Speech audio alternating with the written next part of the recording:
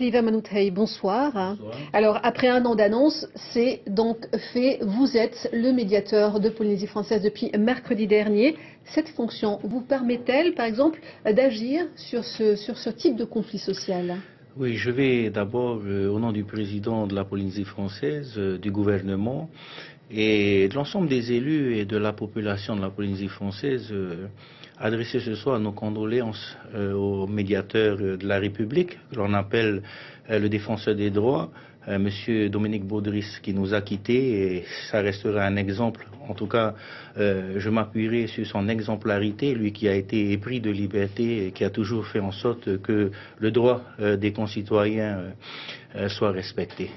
Alors, on va revenir au Fénois. Les conflits sociaux sont-ils plutôt de votre ressort? Complètement. Si demain la direction, par exemple, du Méridien ou les représentants syndicaux, voire même les salariés, font appel au service du médiateur, je me déplacerai et j'essaierai de faire en sorte que chacun des acteurs essaye de retrouver raison, mettre en avant l'activité touristique qui est quand même une des premières richesses de notre pays. On voit que malheureusement là, par exemple, eh bien, les touristes sont un peu dans la confusion. Il faut donc retrouver la raison et remettre l'ensemble des acteurs autour d'une table pour qu'enfin le dialogue puisse survenir et qu'on aboutisse à des propositions. Donc le médiateur est à la disposition de tout un chacun, de toutes celles et ceux qui se sentent lésés dans leurs droits. Alors justement, vous êtes médiateur de la Polynésie française. Quels sont les autres champs de compétences de ce titre?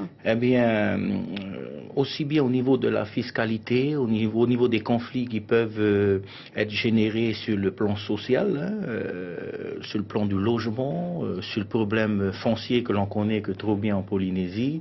Ça peut être des conflits également par rapport à des problèmes que la population va rencontrer dans les services de l'administration, au niveau des établissements publics également, ou tout simplement tous les organismes qui ont une mission de service public. Donc, à partir du moment où quelqu'un se sent lésé, incompris, n'a pas trouvé tous les éléments de réponse qui lui conviennent, il peut, par écrit ou en venant nous rencontrer directement, nous saisir, et à ce moment-là, le médiateur va mettre en place toute une procédure d'enquête pour pouvoir ensuite rendre public, si vous voulez, l'ensemble des informations qu'il aura recueillies. Alors lorsque vous dites « nous », cela comprend évidemment une cellule qui va prendre en charge toutes les requêtes. Le président du pays a pris 2 arrêtés mercredi en Conseil des ministres. Le premier me nommant en fonction de médiateur du pays et le deuxième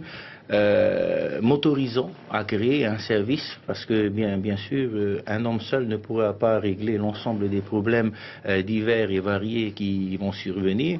Donc il va falloir s'appuyer sur un directeur de cabinet, une secrétariat de direction, des juristes, chacun bien sûr spécialiste dans son droit.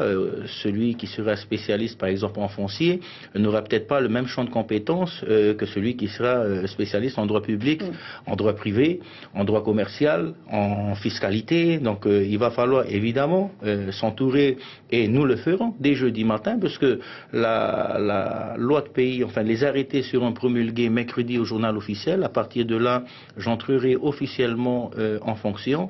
Dès jeudi matin, nous allons nous attacher à recruter les personnes compétentes qui existent déjà au sein de l'administration pour pouvoir créer le cabinet du médiateur.